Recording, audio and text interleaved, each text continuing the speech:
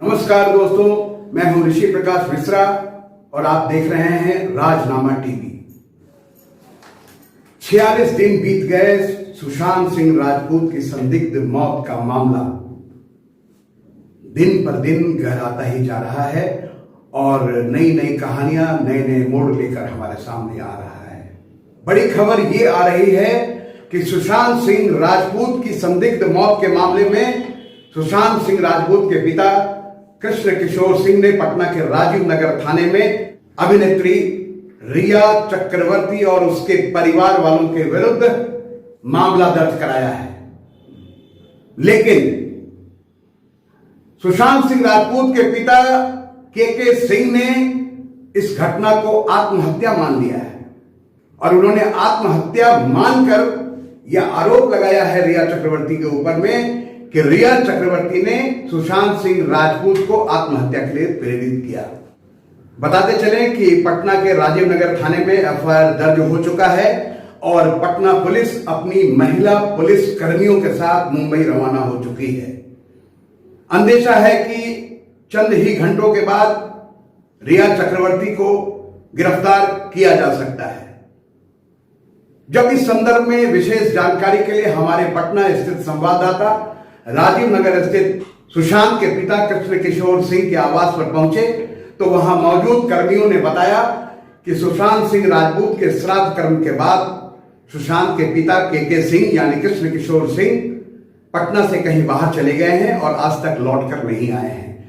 इसका मतलब हम मानकर चलते हैं कि कृष्ण किशोर सिंह ने किसी प्रतिनिधि के माध्यम से पटना के राजीव नगर थाने में रिया चक्रवर्ती और उनके परिवार वालों के ऊपर सुशांत को आत्महत्या के लिए प्रेरित करने उकसाने का मामला दर्ज कराया है। हम आगे भी बताएंगे कि उन्होंने एफआईआर में क्या क्या मामले दर्ज कराए हैं, क्या क्या शिकायतें उन्होंने दर्ज कराई हैं, हम उस पर भी चर्चा करेंगे। सुशांत सिंह की संदिग्ध मौत को आत्महत्या मानते हुए सुशांत सिंह के पिता कृष्ण किशोर सिंह ने रिया चक्रवर्ती के ऊपर राजीव नगर पटना थाने में जो मामला दर्ज कराया है उसमें उन्होंने रिया चक्रवर्ती के ऊपर धोखाधड़ी और षड्यंत्र का आरोप लगाते हुए सुशांत सिंह के कोटक महिंद्रा बैंक के खाते से पिछले 1 साल में 17 करोड़ रुपया निकाल लेने का दावा किया है। और यह दावा कुछ ही दिनों पहले मुंबई पुलिस ने अपने खुलासे में कर दिया था। यह कोई नया दावा नहीं है। मुंबई पुलिस की जांच में यह आ चुका है कि रिया चक्रवर्ती जो एक रोड छाप अभिनेत्री है मुंबई में, उसने किसी भी षड्यंत्र के तहत सुशांत सिंह राजपूत के कोटक महिंद्रा स्थित खाते से पिछले 1 वर्ष में 17 करोड़ रुपया निकाल लिया है। रिया चक्रवर्ती ने सुशांत सिंह के ऊपर काला जादू किया और उन्हें वशीभूत कर अपने दिमाग से काम करवाया। बताते चले कि पिछले दिनों सुशांत सिंह राजपूत ने फिल्मी दुनिया छोड़कर केरल में जाकर ऑर्गेनिक खेती करने का प्लान किया था और जैसी कि खबर आ रही है और जैसा एफआईआर में दर्ज है कि रिया चक्रवर्ती ने सुशांत सिंह राजपूत को धमकाते हुए केरल नहीं जाने का आदेश दिया और यह भी धमकी दी कि अगर तुम फिल्म इंडस्ट्री छोड़कर केरल जाते हो ऑर्गेनिक खेती करने के लिए तो हम तुम्हारा रहस्योद्घाटन मीडिया के सामने कर देंगे। क्या रहस्योद्घाटन? कौन सा पाप किया था सुशांत ने? क्या कोई देशद्रोह किया था? चोरी की थी? डाका डाला था? हत्या की थी? नहीं, वो धमकी दे रही थी कि तुम्हारे मानसिक अवसाद का जो इलाज चल रहा है डॉक्टरों के पास, मैं उसका खुलासा कर दूंगी। अगर वो इसका खुलासा कर भी देती तो क्या फर्क पड़ता था सुशांत सिंह राजपूत को? हमारी समझ में तो यह बात बिल्कुल नहीं आ रही है कि इस खुलासे से सुशांत सिंह जैसे बौद्धिक स्तर पर समृद्ध, चांद में जमीन लेने वाले, दोनों हाथों से एक साथ लिखने वाले, आईआईटी के टॉपर, बदमाश बॉलीवुड में अपने दम पर, अपने बल पर, बिना किसी गॉडफादर के बाहर से एक छोटी जगह से जाकर अपनी काबिलियत के भरोसे अपना मुकाम हासिल करने वाले सुशांत सिंह राजपूत को कोई इतनी छोटी सी धमकी से फर्क नहीं पड़ता है दोस्तों। एफआईआर के अगले चरण में सुशांत के पिता ने मुंबई पुलिस पर भरोसा नहीं जताते हुए आरोप लगाया है कि मुंबई पुलिस निर्दोष लोगों की जांच पड़ताल कर रही है इस मामले में, जबकि उनके बेटे ने आत्महत्या की है और यह आत्महत्या सिर्फ रिया चक्रवर्ती के कारण की गई है और कोई दूसरा व्यक्ति इसमें दोषी नहीं है। जबकि दूसरी ओर इस मामले में सुप्रीम कोर्ट के वरिष्ठ वकील ईशान करण और देश के प्रख्यात एडवोकेट और सांसद डॉक्टर सुब्रमण्यम स्वामी ने काफी जांच पड़ताल करने के बाद सुशांत सिंह राजपूत की मौत को काफी संदिग्ध माना है और उन्होंने बॉलीवुड गैंग को इसका षड्यंत्रकारी भी माना है और इसके लिए वो आगे बढ़ गए हैं। जहां दूसरी ओर सुशांत सिंह राजपूत के पिता के सिंह द्वारा दायर यह एफआईआर जो पटना में दायर की गई है वह कहीं ना कहीं सुब्रमण्यम स्वामी और ईशान करण का जो ड्राइव है असलियत को जानने का, खुलासा करने का, उस ड्राइव में रुकावट पैदा कर सकता है। सुशांत के पिता ने राजीव नगर थाने में दर्ज एफआईआर में शिकायत की है कि रिया चक्रवर्ती ने सुशांत सिंह राजपूत का इलाज मुंबई के 4-5 मानसिक चिकित्सकों से कराया है और उनके द्वारा गलत दवाएं देकर उसका दिमाग खराब किया गया है। उसकी परेशानी को और बढ़ाने का काम रिया चक्रवर्ती ने किया है। लेकिन सुशांत सिंह के फैंस ये बात नहीं मानते। सुशांत सिंह के फैंस का कहना है कि एक डॉक्टर को आप षड्यंत्र में शामिल कर सकते हैं, लेकिन रिया चक्रवर्ती जैसी रोड छाप लड़की अपने बलबूते पर 4-5 डॉक्टरों को इतने बड़े षड्यंत्र में, इतने बड़े सुपरस्टार को गलत दवाएं देने के लिए डॉक्टरों को प्रेरित नहीं कर सकती है और इतने सारे डॉक्टर्स इस षड्यंत्र में शामिल नहीं हो सकते हैं। सुशांत सिंह राजपूत के पूरी दुनिया में फैले लाखों करोड़ों फैंस यह जानना चाहते हैं कि आखिर किस दबाव और डर के कारण सुशांत सिंह राजपूत के पिता ने 45 दिनों के बाद मुंबई में हुई इस घटना का एफआईआर पटना में दर्ज कराया है। इसका मतलब कि खुद भी सुशांत के पिता पटना में नहीं हैं और घटना मुंबई में होती है, शिकायतकर्ता भी पटना में मौजूद नहीं है और एफआईआर पटना में दर्ज होता है। चलिए, खुलासे तो जरूर होंगे क्योंकि आग तो लग चुकी है चारों तरफ और जब रिया चक्रवर्ती की गिरफ्तारी होगी तो बात बहुत दूर तलक जाएगी और बहुत बड़े बड़े खुलासे होंगे। लेकिन आखिर वो कौन सी वजह है कि सुशांत सिंह राजपूत के पिता ने बड़े आराम से अपने पुत्र की संदिग्ध मौत को आत्महत्या मान लिया और मुंबई पुलिस जैसी स्मार्ट पुलिस से इस घटना की तफ्तीश छीनकर पटना पुलिस को देना चाह रहे हैं।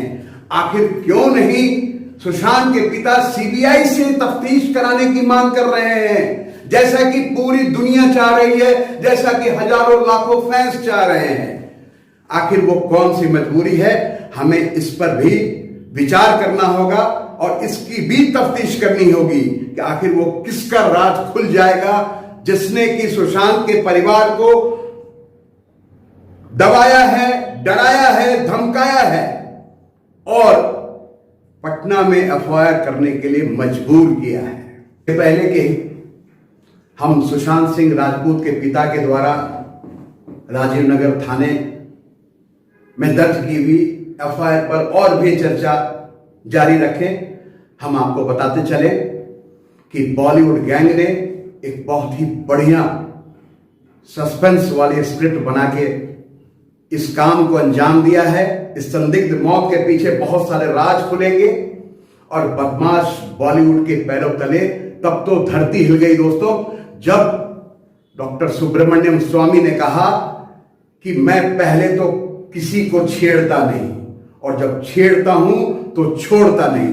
और उन्होंने प्रधानमंत्री नरेंद्र मोदी को पत्र लिखकर इस निशंस संदेहास्पद संदिग्ध मौत की जांच एसआईटी से कराने के लिए अपील की है। हम आपको बताते हैं कि एसआईटी होता क्या है।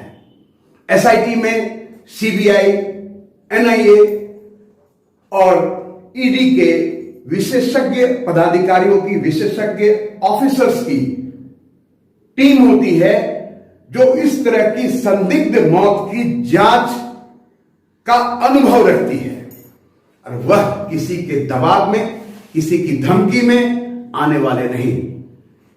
बताते चले कि मुंबई पुलिस के हल्के में यह बात चर्चाएं आम है कि मुंबई पुलिस ने सुशांत सिंह की संदिग्ध मौत का पता लगा लिया है, खुलासा हो चुका है। लेकिन चूंकि बड़े बड़े लोगों की गर्दन इसमें फंस रही है और महाराष्ट्र पुलिस के आका की ही गर्दन जब फंस रही हो तो बिल्ली के गले में घंटी बांधेगा कौन, इसलिए लोग अपनी अपनी नौकरी बचाने में लगे हैं। और यही कारण है कि पूरी दुनिया सुशांत सिंह के हजारों लाखों करोड़ों प्रशंसक सीबीआई जांच की मांग कर रहे हैं। हमने इस संदर्भ में सैकड़ों लोगों से चर्चाएं की, फोन के माध्यम से, व्यक्तिगत रूप से। हमारे संवाददाताओं ने भी लोगों से संपर्क कर एक सर्वे किया और जैसा कि सोशल मीडिया में भी चल रहा है, हम हजारों लाखों की तादाद में देख रहे हैं कि लोग इसे आत्महत्या मानने को तैयार ही नहीं है। फिर आखिर ऐसा कौन सा कारण है कि सुशांत के पिता को किसी मजबूरी में अपने बेटे, अपने लाल, अपने सितारे की संदिग्ध मौत को आत्महत्या मान लेना पड़ा। वहीं दूसरी ओर बॉलीवुड गैंग के नीचे से जमीन हिल गई है और सभी अपने आप को बचाने में जुट गए हैं दोस्तों। और इसी का परिणाम है ये एफआईआर जो पटना में होता है, जैसा कि सुशांत सिंह के फैंस मानते हैं। सुशांत सिंह के फैंस क्यों मानते हैं कि यह संदिग्ध हत्या, यह संदिग्ध मौत, यह हत्या ही है? जब सुशांत सिंह राजपूत का दरवाजा नहीं खुलता है 14 तारीख की सुबह, 14 जून की सुबह, तो सुशांत सिंह के मित्र जो वहां मौजूद थे, सुशांत सिंह के नौकर, दरवाजा तोड़ क्यों नहीं देते हैं? दरवाजा नहीं तोड़कर वो पुलिस को नहीं बुलाकर चाबी वाले को बुलाते हैं और चाबी वाला इतनी जल्दी से आ जाता है जैसे वो उसी माउंट बिल्डिंग के नीचे खड़ा इनके दोस्तों का, षड्यंत्रकारियों के फोन का इंतजार कर रहा हो और वह आके ऐसे मिनटों में कंप्यूटराइज्ड लॉक की चाबी बना देता है जैसे उस ताले की डुप्लीकेट चाबी उसी के पास हो। सुशांत सिंह के षड्यंत्रकारी दोस्त और नौकर 40 किलोमीटर दूर रहने वाली उसकी बहन को खबर करते हैं, इत्तला देते हैं, लेकिन 200 मीटर दूर जाकर कैंप की हुई बदमाश रिया चक्रवर्ती, जो 5 दिन पहले ही घर छोड़कर गई थी और पिछले 1 वर्षों से सुशांत के साथ रह रही थी, उसको क्यों नहीं खबर की जाती है? उसको इसलिए नहीं खबर की जाती है क्योंकि वह भी इस षड्यंत्र में शामिल थी, ऐसा मानना है सुशांत के फैंस का, जो चल रहा है सोशल मीडिया में। वो बातें मैं आपको बता रहा हूं। तफ्तीश चल रही है, सीबीआई जांच हो या मुंबई पुलिस की जांच हो या पटना पुलिस की जांच हो। सुशांत के फैंस ये जानना चाहते हैं कि 13 जून की रात सुशांत के घर में चल रही पार्टी में कौन कौन चेहरे शामिल थे? आखिर उन चेहरों को बेनकाब क्यों नहीं किया जा रहा है? सुशांत के नौकरों से कड़ाई से पूछताछ क्यों नहीं की जा रही है? जनता अब जिद्दा हो गई है, जनता अब जागरूक हो गई है और जनता यह भी जानना चाहती है कि 14 जून की दोपहर जब सुशांत सिंह की बॉडी लेने के लिए पुलिस वाले आते हैं तो वो कौन कौन पुलिस वाले वहां मौजूद थे और कौन कौन एम्बुलेंस वाले मौजूद थे, और पुलिस अपने साथ एम्बुलेंस लेकर ही क्यों आती है। एम्बुलेंस बाद में भी आ सकती थी, लेकिन क्या मुंबई पुलिस को पता था कि ऐसा होना है और उन्हें एम्बुलेंस लेकर जाना है, दो दो तीन तीन एम्बुलेंस लेकर जाना है। और जैसा कि हमने वीडियो में देखा, कुछ स्टील फोटोग्राफ्स में देखा कि एम्बुलेंस वाले और पुलिस वाले को जिस तरह बातें कर रहे थे जैसे वो पुराने मित्र हों, यार हों, दोस्त हों, इसमें भी कुछ झोल नजर आ रहा है दोस्तों। यह भी जांच पड़ताल और तफ्तीश की डिमांड है। सुशांत सिंह राजपूत के लाखों करोड़ों फैंस ने यह भी सवाल उठाया है दोस्तों कि सुशांत के मित्र संदीप सिंह ने आखिर किस षड्यंत्र के तहत लीलावती हॉस्पिटल जाने वाली एम्बुलेंस को कूपर हॉस्पिटल की तरफ मोड़ दिया, और वो कौन सा कारण था, कौन से हालात थे कि पोस्टमार्टम के बाद सीधा बॉडी को लेकर शमशान घाट पहुंचा दिया जाता है। क्यों नहीं सुशांत की बॉडी को घर लेकर आया जाता है, हिंदू रीति रिवाज से उसको नहलाया धुलाया जाता है, कपड़े पहनाए जाते हैं, ताकि घर वाले लोग या उनके जानने वाले लोग उनकी बॉडी को देख सकते, पूरी बॉडी की समीक्षा कर पाते कि आखिर बॉडी में हुआ क्या है। लेकिन ऐसा कैसे हो सकता था, क्योंकि इसके पीछे एक बड़ा षड्यंत्र था, और सीधा संदीप रैप की हुई बॉडी को लेकर आता है और उनके पिता के द्वारा दाह संस्कार कर दिया जाता है। अब आप पूछेंगे कि उनके पिता, उनके घर वाले लोग जो पटना से चलकर आए थे, उन्होंने क्यों नहीं आपत्ति जताई। तो इस पर हमारा भी ये ख्याल है कि वो इतने सदमे में थे, मानसिक रूप से इतने अवसाद में थे कि वो कुछ सोच ही नहीं पा रहे थे, और आनंद फानंद में इसका नाजायज फायदा उठाया संदीप ने। और रिया तो बिल्कुल मुख्य साजिशकर्ता लग रही है, क्योंकि उसकी मौत के 30 दिन बाद तक वो चुप रहती है, और 30 दिन के बाद जब लगता है कि अब वो फंस जाएगी, उसका गला फंस जाएगा, तो वो आवाज उठाने लगती है। चलिए दोस्तों, हमारी पड़ताल जारी रहेगी और राजनामा टीवी लेकर आएगा आपके सामने नए नए खुलासे। लेकिन साथ ही मैं बताता चलूं आपको कि हम सिर्फ खबरें और इस तरह की क्राइम रिपोर्ट्स ही लेकर नहीं आएंगे। हम आपके सामने बहुत सारे साक्षात्कार, बहुत सारे शोज, बहुत सारी शॉर्ट फिल्म्स जो समाज को मोटिवेट करें, जागरूक करें, वो सब कुछ लेकर आएंगे। आगे आगे देखिए होता है क्या। और अब हम चलते हैं। नमस्कार।